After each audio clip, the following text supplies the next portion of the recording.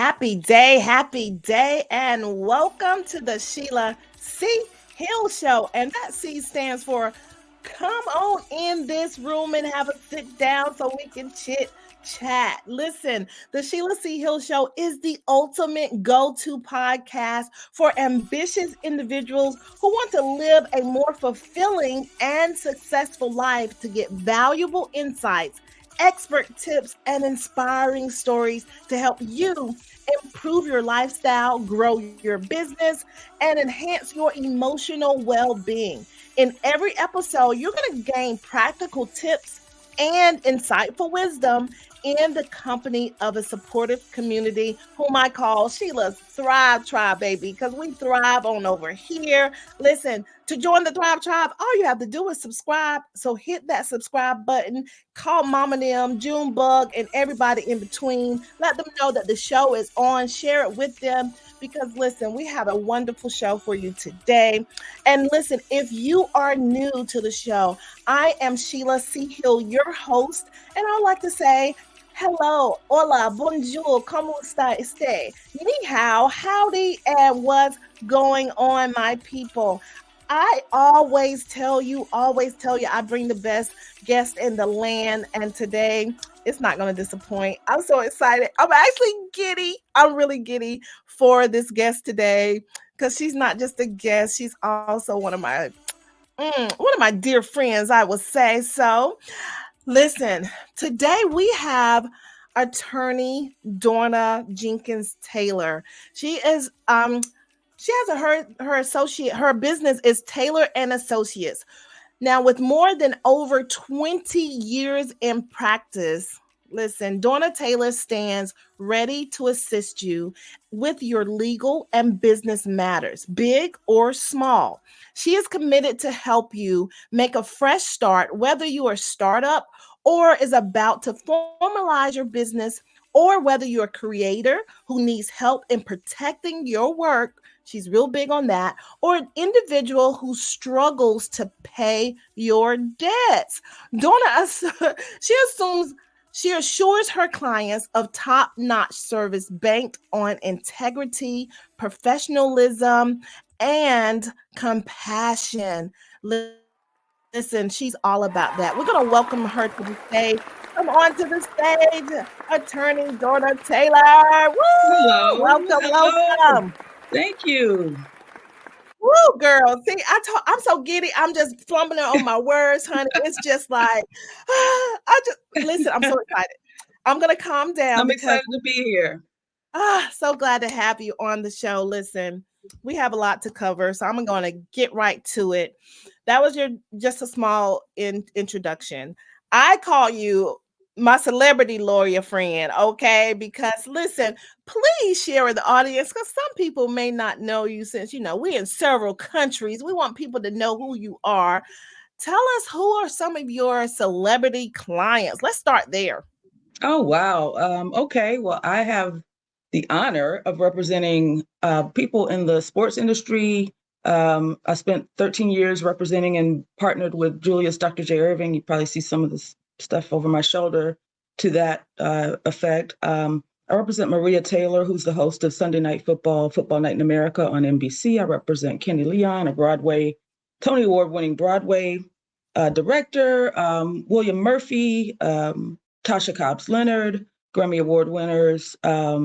Gosh, you probably know them better than I do. I have a new artist that I just signed who's going to be making a big splash, Jalen Josie. So keep an ear and eye out for her. And then I represent entrepreneurs and people who are, business owners and creatives of all sorts. So, I have fun. It's fun. As far as being a lawyer, do you have those moments where people just think, oh, she's a lawyer, I'm just going to ask her any question, every question? How At do you any keep time. Right. So what are some areas that you practice in so people will know exactly, like in a sense, your expertise? I love this question because people do what you just said. They'll ask you, let me ask you about this eviction. And I'm like, how what about what I just said makes you think I have anything to do with an eviction? So I'm glad you asked that question. Although that is how I started my practice 25 years ago, doing eviction work. Now my practice consists of sports and entertainment, brand management, intellectual property. That's your trademarks, your copyrights. I don't do patents, but I do trademarks all day. I love trademarks. I'm very passionate about intellectual property and making sure that people protect uh, their brain child, the things they come up with. I also do, on a limited basis, some probate work. I'm also passionate about trust funds, creating trust fund babies instead of GoFundMe babies. So I work with families to create family trusts so that they can preserve the wealth that we're helping them to protect and pass it on through generation after generation without going through probate. And on a limited, even more limited basis, because I'm really careful about who I work with on these, I do letters of administration for people whose family members have died without a trust or will and need my help to get, the letters from the court to be able to do whatever they need to do to tie up the loose ends. So those are my Okay. three areas that I really, focus on. Okay, awesome. So let's help, maybe the younger generation that is trying to decide what they want to do with their life. How did you choose this profession? Like when you was younger, how did you choose this? Yeah, I was in the 10th grade when I chose this profession. Prior to that, I Hmm. just knew I was going to be a news broadcaster because I love the news. I love the talk. I still love to watch the news. I still love the talk. And my aunt Vivian was in the field, and she kind of let me know what the salaries looked like, and I was kind of like, "Ooh, that's not good," especially if I got to go stand in a hurricane or a tornado and report live. So I was on the mock trial team in my high school as a sophomore, and we won state.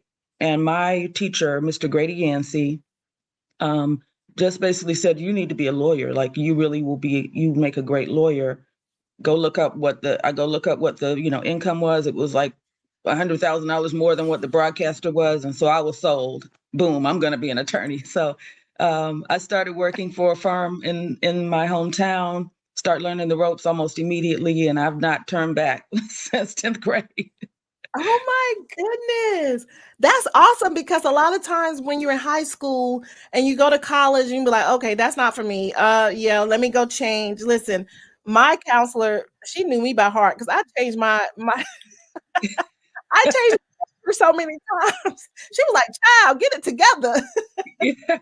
Nope, So I was focused. I knew that, it did feel good. The mock trial thing kind of was a good vibe. But working in the law firm, I enjoyed what I was doing. And so, the good thing about going to law school, you can major in anything in college. So I majored in criminal justice and political science. The degree is here.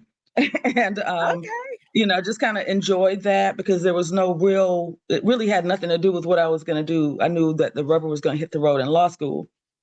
So that's when I kind of started honing in what type of lawyer I thought I wanted to be. Wow, that's awesome. Okay, so did you see anyone like in your family that was a lawyer or someone in the community or what did you see? Did you have that inspiration?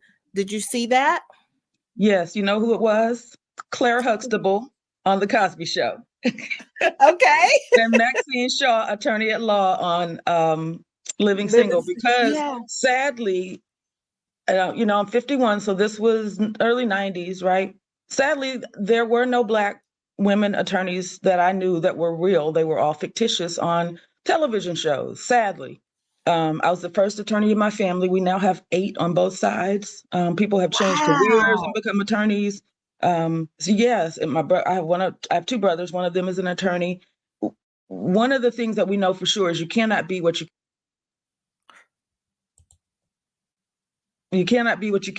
And so once I went down that path and people saw it as a option, the ability was always there. We just didn't know it was an option. So people went to law school, passed the bar, and started practicing in my family. And now I try to be that young, well, not young, young at heart, um, woman to come back to my hometown and just be visible for the children to see. Oh, she's an attorney. Oh, she's, how people think she's driving this, she's wearing that, she's got this bag, she's got that bag. I want to be like that. And they'll do the work to get to that point, I hope. Because I Woo, know they I have the love it. ability. So in a sense now, do you consider yourself a mentor to the younger people now who may Oh have yeah. aspirations? Oh yeah, yeah, I do. I mean, I have several people who aren't, they're 4 or 5 years younger than me, or maybe 10 years younger than me, that I actively mentor, that I spend time with, I pour into, I have lunches, dinner with, give them things to help them along the way, whether it's books or information. And then I know, when I'm in my hometown, I know that young children are aware of who I am because my family is very well known. And as you said earlier, when you work with celebrities, everybody knows your name. It is true. So Yeah. people know my, celebrity connections, and they go back to my songwriting days, really. So they go back 20 years. So that gets their attention, and I try to be a good example. I try to be, visible in a positive light, to just give them the encouragement that I wished I had, to have somebody that looked like me that I can say, I like how she's living. I need to Yeah. ask her what I need to do to get to where she is, and then I need to do the work. Most definitely. Okay, now you mentioned about your family back home. Let's tap just a smidgen on your family because recently, it's Black History Month now. We celebrating. Listen, your father and your mother have been pillars in the community. However, your mother has made history over and over again. Let's give a shout out to Miss Jenkins. Yay! Yes. Let me get my little Absolutely. clapper. Woo, Miss Jenkins. Let's shout you out, sis. I'm so Yes. proud to know you because you came from her. She's a living legend. Let's talk about some of her accomplishments right quick. Oh my goodness. Absolutely. Yeah, my mother, Irma Wakefield Jenkins, is you talking about mentor. She was the first. She started out as a second grade teacher, and then became lead teacher, and then assistant principal, and then the first African American principal of her school, and then the kept on going to school, getting more degrees, and eventually became the first African American superintendent of schools in our county, Emmanuel County. And from that, she brought along so many other people out of the classroom who had the skills and qualifications to be in administration, including my father. He ultimately ended up being an assistant principal at the high school that I graduated from. And then over his own school, which was the alternative school, which gave him the opportunity as a Black man to be a visible force in the lives of the young men who found themselves in alternative school because of some behavior. And he Yeah. made an impact in so many people's lives in that way. I had moved away by then, and I still Mhm. hear, people tell me how much my father impacted them. So yeah, there's not a person in that county that came through those schools that didn't have one of my parents, either as a teacher or a principal or assistant principal, and they made an impact on obviously my life. And I love them with all my heart, but they've made an impact on a number of people's lives, both the students and the educators. There Yes. was a Black History post that I shared, giving my mother her flowers, and most of the hundreds of people that commented were teachers who talked about how much she poured into them and how she helped them elevate what they were doing and understand the levels that they could go to. So I learned watching both my parents growing up, and I'm saying both my parents because I was blessed that both my parents were there. I don't Come take for on, let's granted that talk my about daddy that. was there. Yes. Yeah, I don't take for granted that my daddy Mm. was there, and is still right there, and is a daddy, not a father, but Yeah. he's daddy. And I don't take that for granted. And so I saw modeled for me how to be a leader in your community, how to help others become the leaders that they have inside of them, and um, how to find your what you do well and how you can help people with it. Because what often is missed with lawyers, and we see a lot of stuff about lawyers in the news, but a lot of us, we do what we do to help you, not us. we, you That's know, we don't, you need us. We don't really need you for the most part. So, people don't really think about it like that. We're a lot of us now. There are a lot of lawyers who are just money hungry and chasing down people that, you know, yeah. may not even be interested. But a lot of the lawyers out here, we're here to help. Wow. You stand on such strong shoulders. Your foundation is so strong.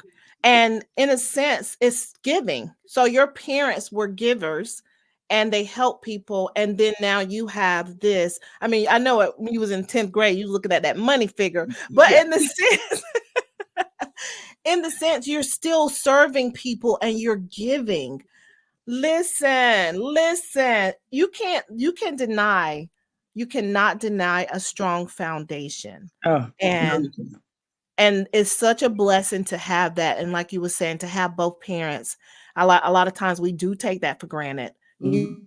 Because that's our norm until we go outside and we're just like, oh wow, you're not used to this and you're not used to that. So kudos to your parents for being the trailblazers, being the living legends that they are. I cannot wait to actually come and meet them in person because you're a wonderful person and they are the cause of it, and I'm so thankful. And then that you're a mentor, you're mentoring others who are in this profession, even just being that. And I've seen you do something with some children in Maria's Yes. foundation, or what? Tell me a little about that. Yes. So we are fortunate with the Garth Brooks Foundation has a segment called Teammates. And so Garth Brooks Foundation, reached out to Maria Taylor, my client, to partner as one of the teammates to help a group of girls. So she and the foundation found a group of girls at the Genesee School. It's a charter school in Atlanta. And once a month, we spend time with those girls and we take them. Remember, I said you can't be what you can't see. We take them into different offices or businesses or corporate spaces that they wouldn't have access to, that nobody would have access to, and let them meet the women that are behind the scenes. So we've gone to Braves, we've gone to accounting firms, we've gone to the Atlanta Track Club, we've gone to um, the Georgia Tech basketball facility, we've gone to the Hawks. Like we've gone and showed them different professions in sports and other, like the last one was at Habitat for Humanity, which Jimmy and Rosalind Carter, rest her soul, started. And we get them behind the scenes and let them meet the people that make things happen in these companies so they can understand that there's more to a sports business than the basketball players on the court. There's a whole business and you can do so many things if you have access. And so Yeah. we do that. And then after they've met with those people, then Maria we'll take them in small groups, and we've done things like we'll have them write a letter to someone that they want to say thank you to, Oh, if it's Thanksgiving time, or we'll let them do just different projects that kind of open their minds to being mindful and thankful and in the moment of where they are. And these girls are great. I mean, and the thing that's really cool, Maria's just like me, she mentors with her heart and her hands.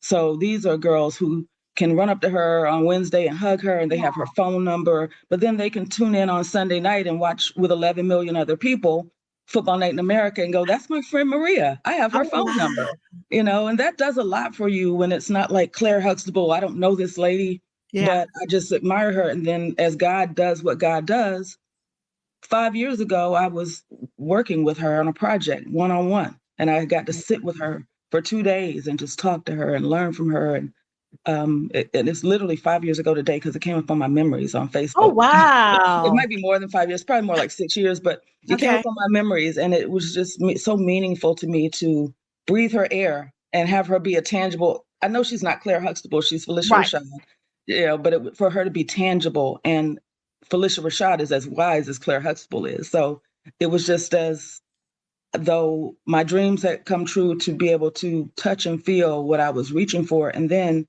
for her to point out to me, because I told her what I was aspiring, Yeah. as a little girl, and she's like, "You've done all that. So what's next? Like you've actually checked every box that you described to me." And I hadn't even stopped to realize it at the time. Wow. Mm. Because, a lot of times we're so busy reaching our goals and not pausing and being thankful. Like when we reach that goal, pausing, celebrating, patting yourself on the back. We're just like, okay, what's the next goal? What's the Mhm. next goal? And Yeah, then before you realize that you've made history, you've like way up here. And it's just like, everyone's like, oh my God, you did so much. It's like, no, this is not even like most of my potential. But yeah, so kudos to you. That's amazing to be able to meet her, have a conversation, work on a project. Listen, your dreams can come true, people. Y'all better exactly. recognize. Exactly. And that's what she was saying. Like this, you're in the dream. You're Wow. living in the dream you're talking about. Not only just sitting here with me, but the things that brought you, the reason you're here because of who you Yeah, are and what you accomplish. You're in the dream. you're And in the dream. yeah, it was Listen, everything. listen, there's so much to cover because I know I wanted to talk a little bit about why it's important to have trademarks and all that. We'll just Listen, have to do a people, part two. we're gonna have to do a part two because listen, before commercial break, I mean after commercial break, we got to get into this book. Listen, and I think that's why I'm so giddy because it was such an emotional roller coaster and it was just so much. It was so much, but I'm just glad to be able to talk to you and pull some things out. So we're going to pause for a commercial break and we'll be right back, people, because listen, don't you go anywhere. We are here for it. Are you feeling overwhelmed with projects to build your business? Search no more. Introducing Borrow My VA, a virtual assistant service, your one-stop solution to bid farewell to stress and manage multiple tasks with very little effort. We specialize in website building, funnel creation, automations, and email marketing all under one roof. And here's the best part. We provide all these incredible services at budget-friendly rates. Discover a hassle-free way to handle your projects. No more worries about onboarding or finding that perfect virtual assistant.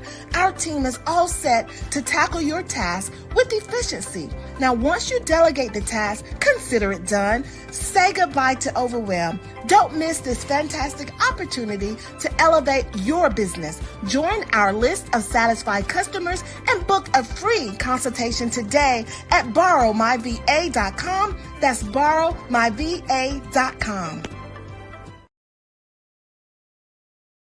Thank you to borrowmyva.com for sponsoring this session. If you would like to sponsor your business or you would like to purchase an ad, please reach out to us on the SheilaCHillShow.com and you can purchase an ad and listen, we can get it all around the world for you.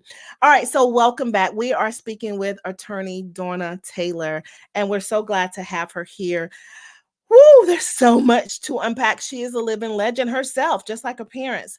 Listen, she knows her business. She's a celebrity lawyer. So listen, it's just good that she's here, guys. And I want to just talk more now about her book. So I'm going to bring her back to the stage. Listen, attorney, author, mentor, teacher. You have so many titles at this point. Celebrity attorney, my bad. Let's add that part because listen, I like that part.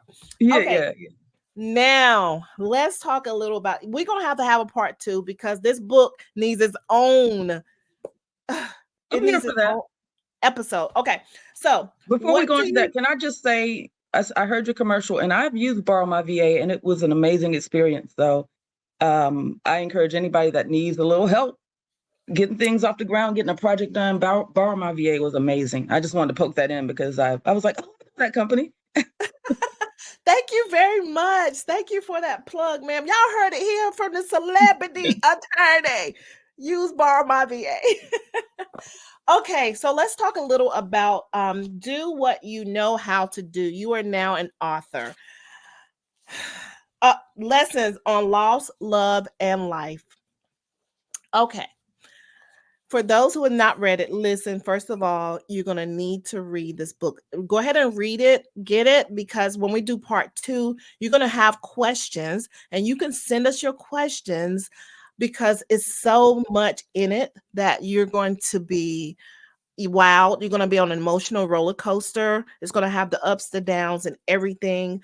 But it's so many lessons in here. And every time you read it, you're going to grab a lesson and use it for your everyday life, not just during times when you're dealing with trauma or you're dealing with things in your life. Every day, just anything. Okay, so let's just get a premise. If you can give us a premise of what the book is about, and then I'm going to ask you a few questions out of the book. Okay. So, Do What You Know How to Do is a book that I wrote in September of 2023. And the premise of the book is the last 4 years of my life. In 2019, my husband of 16 years at the time passed away. Um, and our children were, I think, 12 and 15. and it was going right into COVID. And so over those 4 years, I'm in a career, like we said, where I'm traveling all over the world. I'm, in China one minute, and I'm in California the next, and my husband and my children, we had kind of a rhythm going, and then he just was gone. And there was a process that we went through to get back to happy and healthy and whole, where the kids are doing great. I feel like I'm doing great. And my husband's memory sustains us. And so, do what you know how to do is that process. And in that process, I hope to give the reader some tips and tools and methodology and the strength to be able to keep going forward. I did a live reading of the book in my hometown about 2 weeks ago, and had a wonderful turnout. Men, women, you know, boys, girls, everybody kind of showed up ready to receive and to share. And I said to the room, I said, who in here has not experienced a loss or grief? Nobody could raise their hand. Grief, loss, death is something that we all go through. And I am by no means a therapist or a grief counselor. I'm just a wife and mother who had to get on the other side of what, and I just was led to share the tools and tips that I learned and I'm using to get my life back, and to keep my children on track.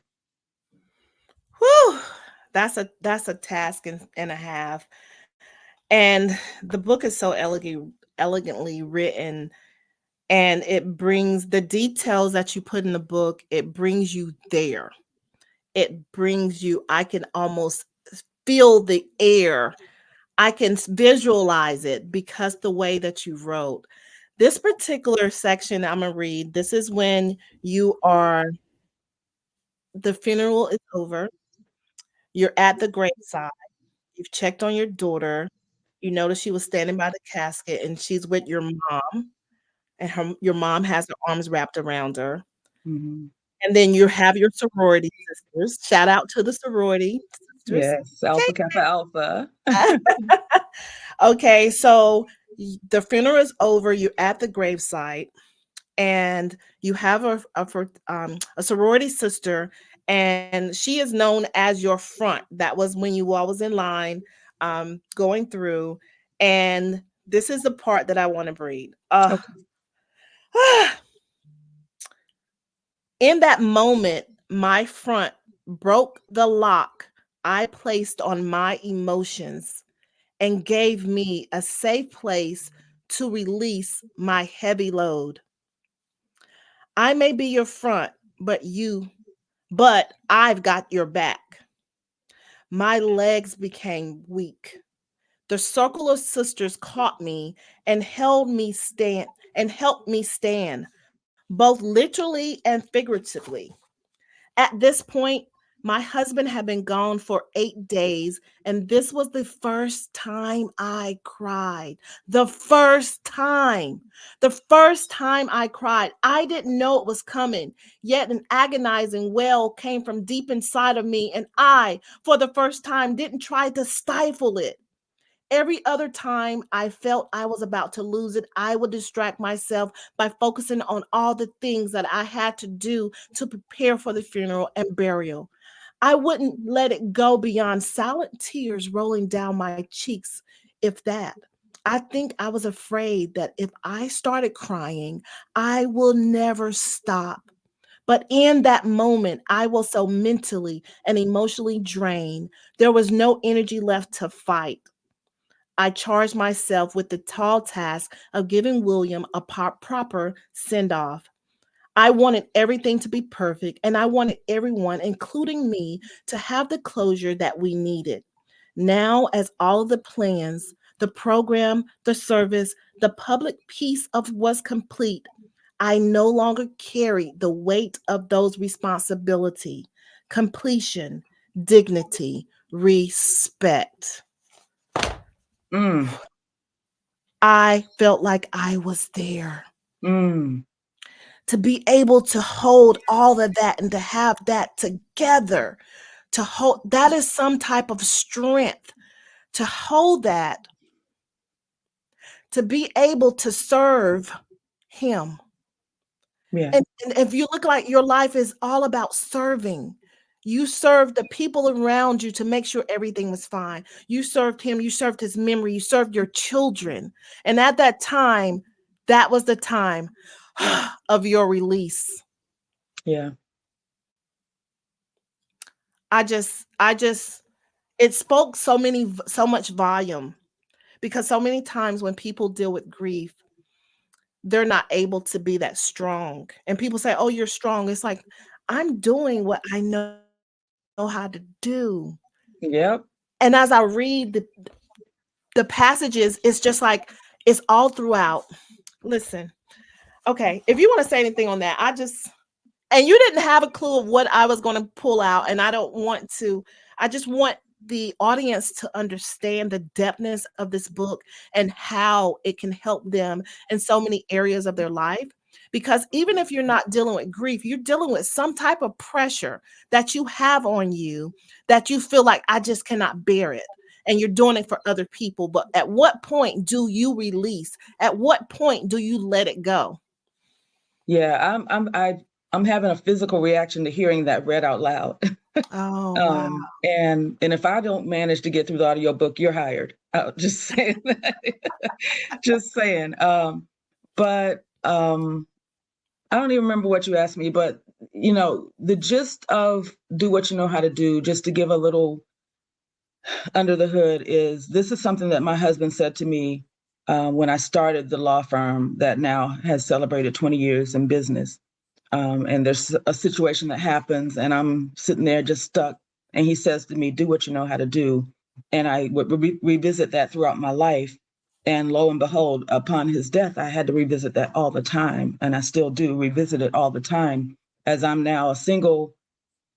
I don't think of myself as a single mother, but I'm a single mother navigating with two teenagers, one away now in college, one in the 10th grade, couple of step kids, and making sure that everybody's in, together. His family is still a big part of our life. Obviously, will always be family. And I have to revisit, do what you know how to do, so many different ways. And I have shared it now with the world, and people have read it, and now they're using that, which is what I wanted, for them to be able to hold on to do what you know how to do when they're in a moment where it's like, what the F am I going to do? You start literally think about the things that you know how to do. If you need to make a physical list, then do it. And then start just doing that. And step by step, brick by brick, you'll get where you're going, instead of trying to just either think about it all so much that you are just paralyzed, or just shrink away from it and run, or just don't do anything at all. So, um, you know, I never thought I would share the story in this kind of way. I never thought I would share it in such detail. I never planned on being an author. Julius Erving has a saying, man plans and God laughs. And so everything that I just said, I had no idea or no plans on doing. God laughed in my face and said, "Oh, yes, you are." And so here we have it. This is a Yeah. God thing. This is something that God directed me to do. There's a long story behind that, but I'll just call it that. And, um, I feel at peace and at comfort. It was closure for me. It was 4 years. It was released just shy of 4 years of my husband's passing on what would have been our 20th wedding anniversary. Wow. So it took for me all that stuff that I would carry through our wedding anniversary and all the heaviness. It gave me a bright spot for that date. And when I tell you, ever since this has been released and people are aware of everything, I've been a new person. I feel like when they say go lay your burdens down, I literally did. And they're not on me anymore. They're in the book. And they're blessing people. So they're not burdens anymore. They're stories and lessons. And so, like you said, I have a heart for service. I was raised in a home where people were um, devoted to serving the community. And so that's kind of who I am, whether I like it or not. And so once I was able to release this off of me, my son read it. My son is 16. He had just turned 16 then. He was 11 when his father died, or 12. And he read it, and I didn't expect my children would read it anytime soon. I thought they'd read it like years later. So I was nervous because it's Yeah. his story too, and he read it and he loved it. He thought it was a beautiful tribute to his daddy. He thought that it helped him understand some things he couldn't understand in the moment about what I was doing and not doing. For example, he couldn't understand why I wasn't crying in the excerpt that you read. I didn't cry that whole first week, and that confused a 12-year-old very much. Like, why aren't you Right. crying? Your husband died. I Yeah. know I'm crying. My daddy died, but what's going on with you? And he couldn't understand that until he read the book. And the only thing he said is that I could have added more funny stories about him in the book. But other than that, his seal of approval. My mother has read it 5 times. It helped heal her and Wow. her questions, and I don't think she'd be upset at me for saying her anger Okay. associated with the surroundings of the situation that left me here to raise our children without my husband. Yeah. Um, it Wow. just it's been healing people all up and down my family tree, me and Yes. people I don't even know. And so I'm just like, okay, God, I appreciate you making me move on that, because it was for so many people besides me. It helped me, and it helped so many other people, and it's going to help so many other people.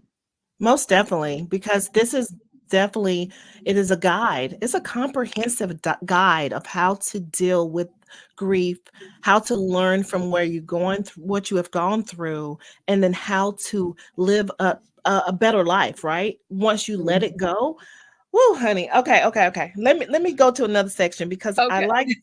like to tie into because you're an entrepreneur. So life goes on. Yeah. No matter what, the sun still shines. No matter how dark your day is, the sun still shines. So you still have to work, right? So Yeah. now you have this responsibility. You got to take care of these children, your household. I mean, okay, so in March 2020, it marked 4 months. So it Mm. says my calendar called for me to be in New York for a Brooklyn Nets game. The team was releasing a Dr. J Black Panther bobblehead, and we were scheduled to sit courtside for the game. During the pre-game preparations, the team executives mentioned that a virus was starting to circulate and recommended that we fist bump fans instead of shaking hands and frequently wash our hands. We followed the instructions, but the morning after the game, word started getting around that the governor of New York was going to declare a state of emergency. The NBA announced that several players, some of whom were breathing directly in our faces the night before as we sat courtside, had been diagnosed with this mysterious virus called COVID 19. Listen, listen. Baby, listen. So, okay, so you did it's 4 months.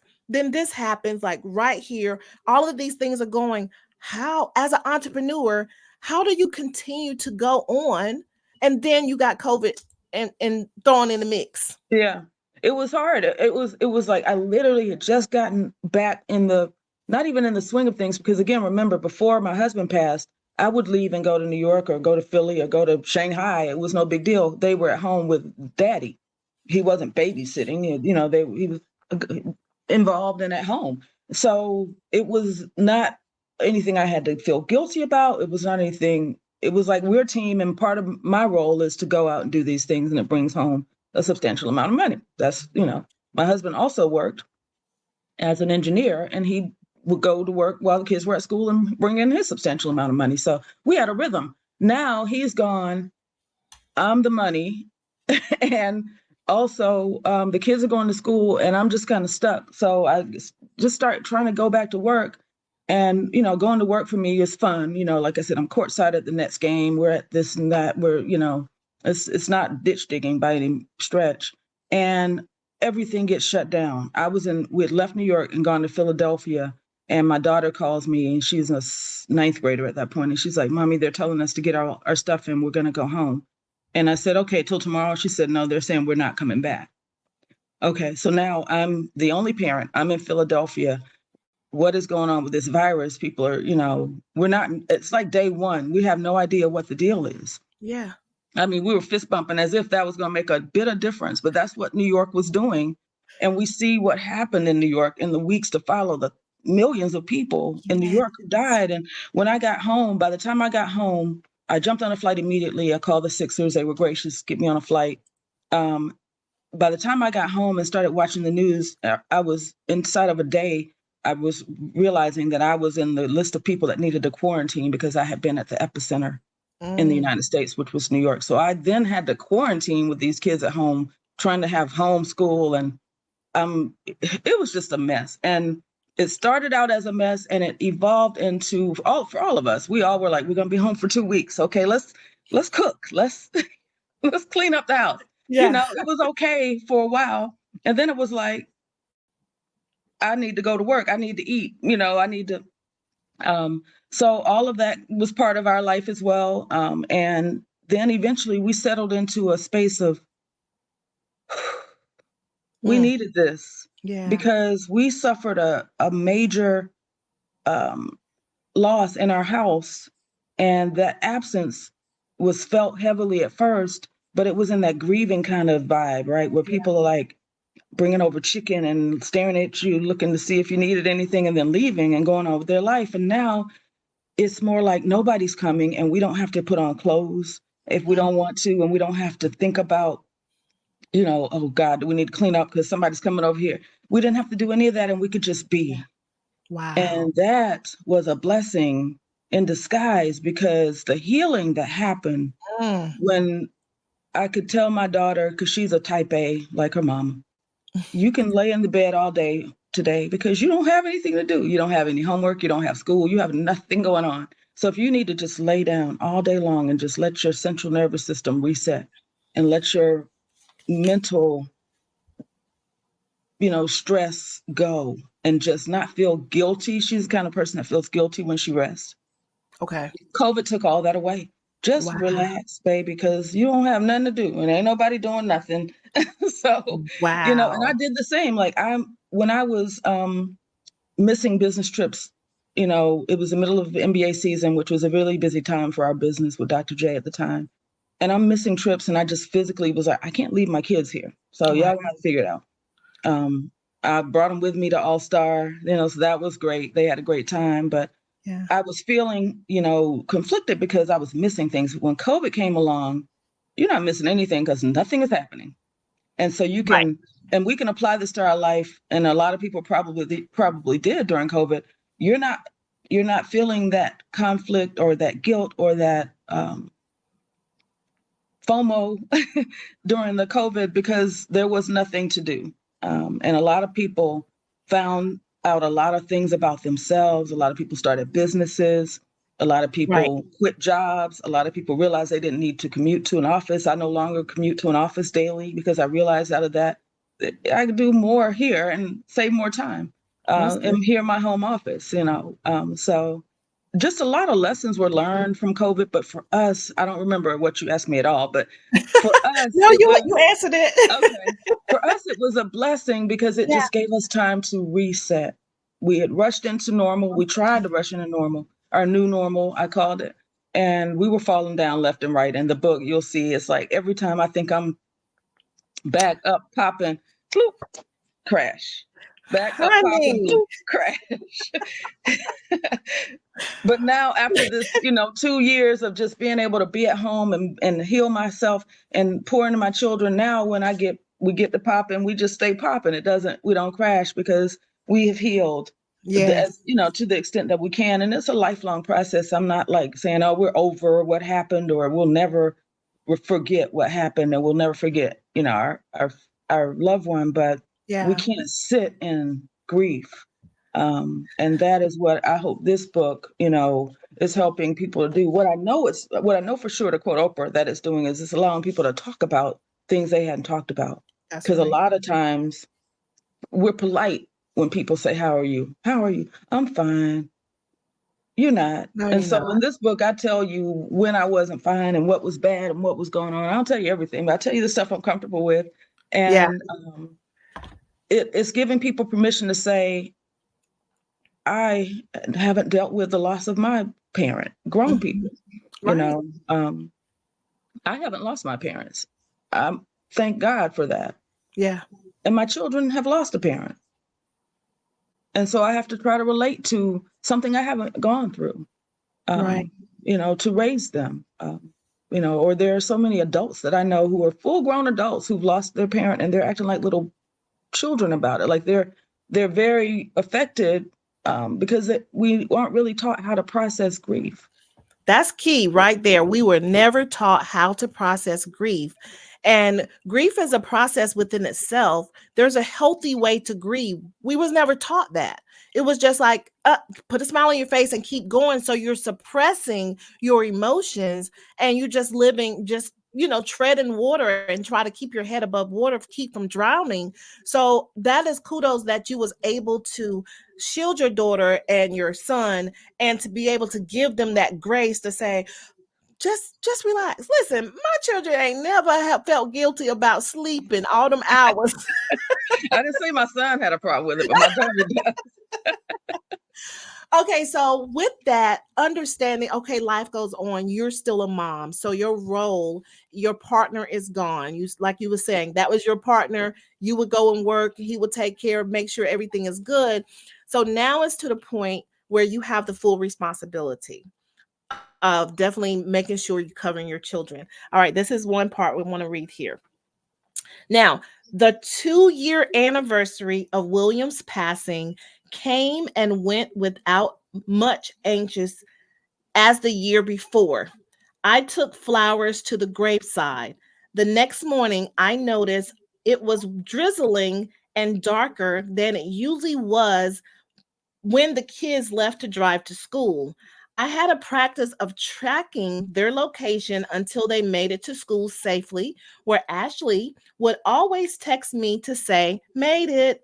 This particular morning, I felt uneasy because of the darkness, and I told them I would drive them to school. They assured me they were fine, and they took off.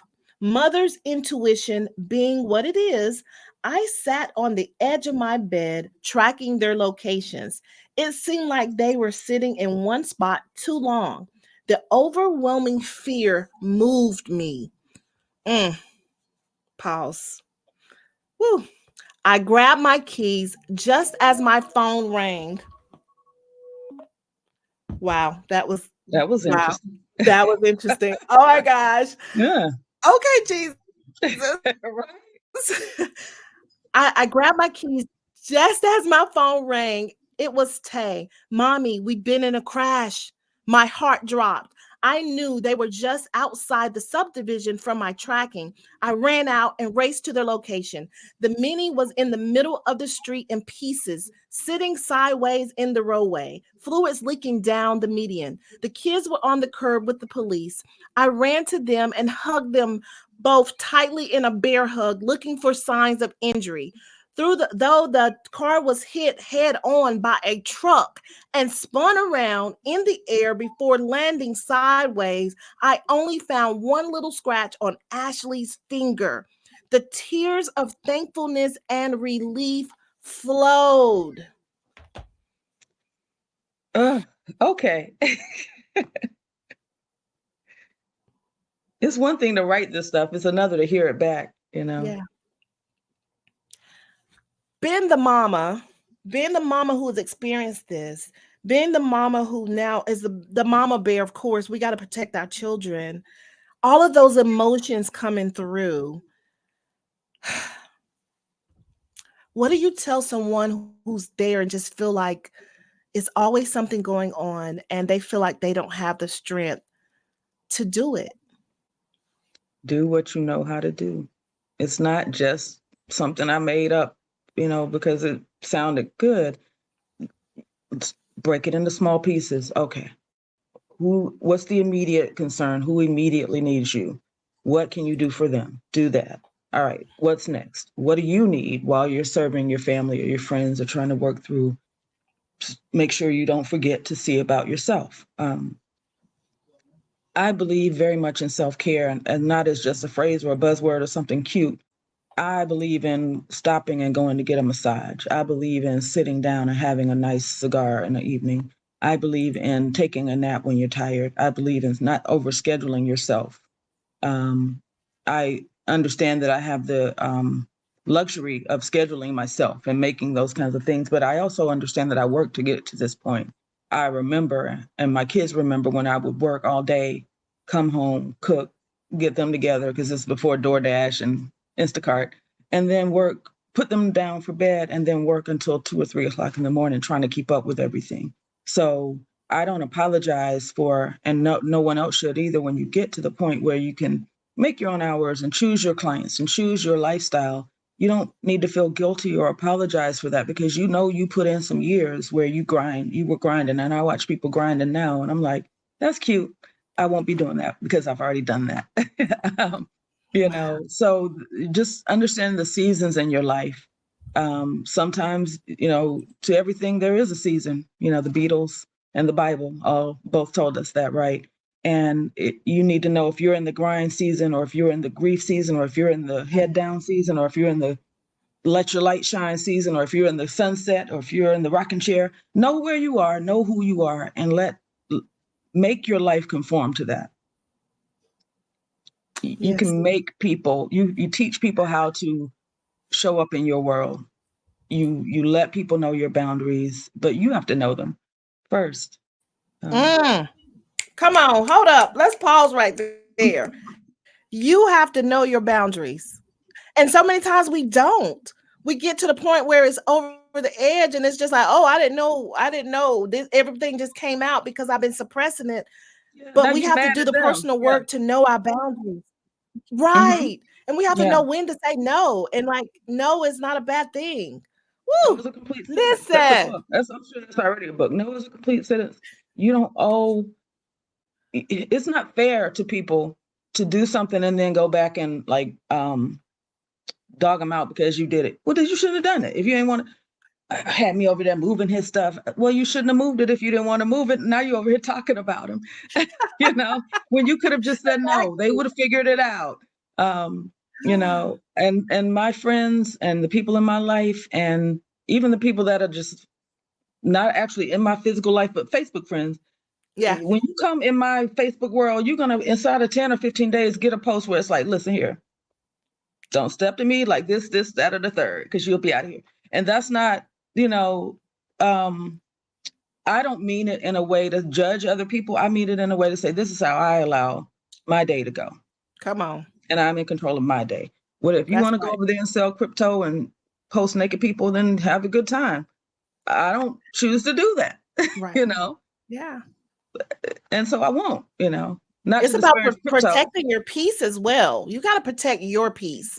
You are Yeah. the priority, right? And if So, everybody does that, everybody will be a little bit more healed. If everybody protect their peace, then we wouldn't be out here trying to fix broken people who don't ever stop and say, I have a problem, I need to address it.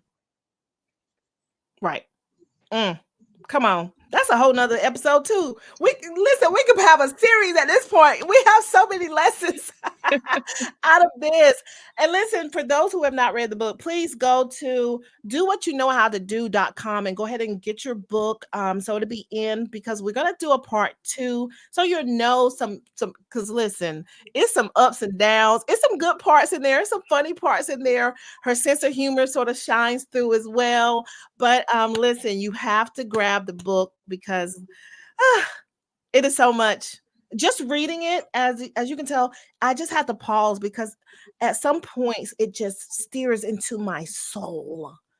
It touches my heart because I put myself in those situations in the book, and then you think about how did you handle this as it's so much emotional piece of it. And then you start relating some things that you've gone through, or I start relating some things that I've gone through, and I learn a lesson by reading her story. And that's what has happened with so many people that are reviewing the book. They're stating that they've learned a lesson and they've gotten the permission to not to be okay and not to stay there, because it's okay not to be okay, but you just can't stay there. Yeah, And stay you there. need to grieve properly. You have to do what you know how to do when you know how to do it and move forward so you can live abundantly free and not that heavy spirit on you.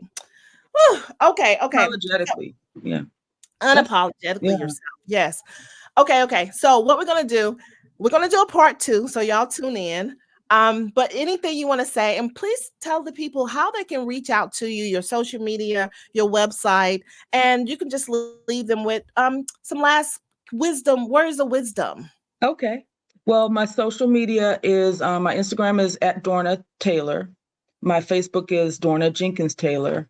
I think my TikTok is Dorna Taylor one, but I'm not over there much. My website is dornataylor.com. Everything is Dorna Taylor. And I'm most active on Facebook. You can find me over there. You can follow me. I try to post very engaging content. I also have a Facebook group that I would love for you to come join. It's called A Seat at the Table. And about twice a month at the most, or at the least, rather, I hop in there and I give just general legal advice. I teach about different areas of the law to educate people, just to give a benchmark or a starting point to understand areas of the law that may be a little cloudy to people. We all share articles and news stories when there's things in the news that are kind of legally interesting. And just everybody, there's about 2,100 people in there right now, and we're a family. We call each other table mates, and everybody just really enjoys the camaraderie. And I enjoy when people are like, I saw this news story and you talked about this at the table, and now I understand it. And that makes my heart sing, because a lot of times people don't understand the law because they don't know a lawyer, Mm-hmm. or they don't trust a lawyer, or their only experiences with a lawyer were something negative, like a crime had been committed. Either they were the victim or they were the criminal, or a divorce or something just negative. And so I just enjoy being a lawyer who sits in the light, and it's a good day and we're just learning together. And that is a joy in my life. So A Seat at the Table Facebook group, please search it. Or maybe there are links associated with this. We can give you a link for it, and come join Yes. us and enjoy it, because it's really, really edifying. Um, Other than that, also in there, for people that are looking to engage me as their attorney, the links are there to be able to book me, because obviously it's by appointment only. And I do, because I mentioned earlier, unapologetically, I'm at a phase in my life where I choose my clients. I Mm, don't just have hey, call me and book an appointment. I kind of screen who I work with. that's Um, wisdom.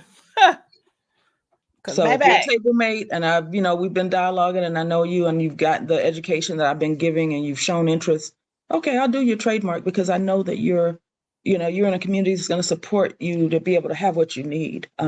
So it's a blessing, 25 years at this. There was a time I did whatever walked through the door. This ain't that time. And I don't make any excuses for that. Or I don't make any I love. apologies for that, rather. Um, I know that's right. You done paid your dues, sis. Like Yeah, what? yeah. Like you Come mentioned earlier, on. people just, walk up to you and just ask you anything. I'm like, Nah, not today. no, Sorry. not tomorrow either. Yeah. But That's I right. can refer you somebody that can help you, because and we all can take a page from this. Give back, but don't drain yourself. Don't let people Mm, just take you down. This is, I guess, my words of wisdom. Don't give so okay. much that you don't have anything left in you for you. I would say the flip side of my parents being such wonderful community leaders and innovators is that I watched them run themselves into the ground Mm, for that community. And now that they're older and they're in, you know, have some health concerns, I'm watching how that community is responding to them, good and bad. And I'm making notes and keeping score. And it's given me a lesson to my life of mhm, mhm, identify what's important and pour yourself into that. But if everything is an emergency, nothing is. And mm. so that's really what I'll close on. Just figure out what's important, give that 100%, and leave everything else for somebody else to worry about. I love it. I love it. Wow. Woo!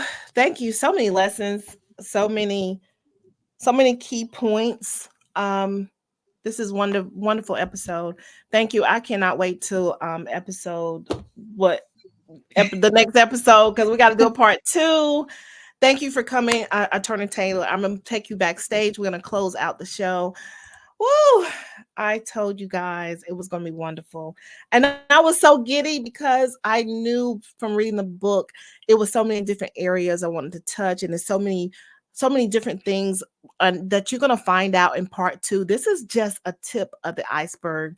Some of the things that I've read today and some of the things that Attorney Taylor she just shared today. But listen, you got to come back for part 2. So listen, if no one's told you today that you are loved, listen, I got you. You are loved and highly appreciated.